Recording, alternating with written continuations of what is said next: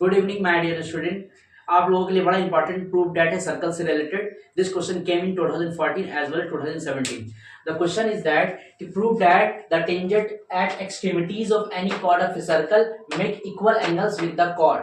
बता रहे हैं कि हम लोगों को एक पॉइंट लिया गया है, एक्सट्रीमिटीज का मतलब वो पॉइंट जो सर्कल से फारदेस्ट दूरी पर होता है। जैसे यहाँ पे हम लोग का एक पॉइंट है, यहाँ पे एक कॉर्ड बनाया गया, तो हम लोग को ये प्रूव करना है कि यहाँ जो एंगल बन रहा है, यहाँ जो एंगल बन रहा है वो इक्वल होना चाहिए। मतलब बोल सकते हैं PAM और बोल सकते हैं PBM। इसके बाद ये हम लोगों को इक्वल करके दिखाना है।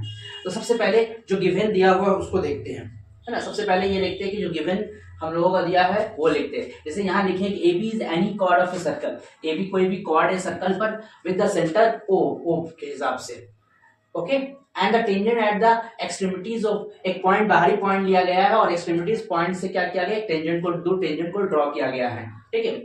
उसके बाद हम लोग ये क्या किया, इन दोनों को मिलाया गया। तो हम लोग को यहाँ पे दो ट्रायंगल बन रहा है, एक ट्रायंगल बन रहा है AMB और एक ट्रायंगल बन रहा है PMB। तो पहले हम क्या करेंगे, इन दोनों ट्रायंगल को कॉन्ग्रुएंट प्रूव करके दिखाएंगे ना। अगर कॉन्ग्रुएंट प्रूव करके दिखा देते हैं तो CPCD के द्वारा ये दोनों एंगल बराबर हो जाएगा, ठीक है। तो पहले हम लोग लिखे in triangle MAP and MBP।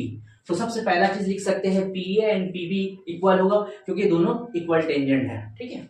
उसके बाद देखो ये दोनों ट्रायंगल में PM जो ऐसा है दोनों में कॉमन है, या फिर इसको MP बोलो या फिर PM बोलो, ये दोनों ट्रायंगल में कॉमन है। क्लियर। अब तीसरा क्या है, जब कोई एक लाइन सेगमेंट ड्रॉ किया जाता है यहां से मिलाया तो ये एंगल जो सबटेंड करता है ये एंगल दोनों आपस में बराबर होता है। तो हम लोग लिख सकते हैं कि MPB और एक होता है MPA इक्वल होगा। तो रीजन है कि P एंगल दोनों बराबर होगा। क्या reason, tangent from an external point, यानी कि टेंजेंट जो ड्रॉ किया था एक्सटर्नल पॉइंट से are equally inclined to the line segment joining the centre. यानी सेंटर से जो लाइन सेगमेंट पास करता है तो ये एंगल को बाइसेक्ट करता है, इक्वल एंगल बनाता है। तो इस हिसाब से हम लोग यहाँ लिख दिए MPA is equal to MPB। अब हम लोग का ये क्या हो गया, कॉन्ग्रुएंस हो जाता है ये ट्रायंगल MAP और MPB बाई किसके जरिए लिख सकते हैं, बाई हमारा साइड एंगल साइड।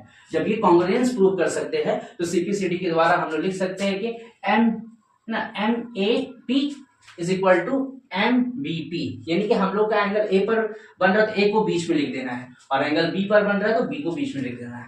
तो आई थिंक आप लोगों को समझ में आ रहा होगा। आप मेरे साथ जुड़े रहिए, इस तरह से लगातार वीडियो अपलोड किया जाएगा जो आपके लिए बड़ा इंपॉर्टेंट रहेगा और बड़ा हेल्पफुल होगा जो बच्चे इस बार 2026 का एग्जाम देने वाले हैं।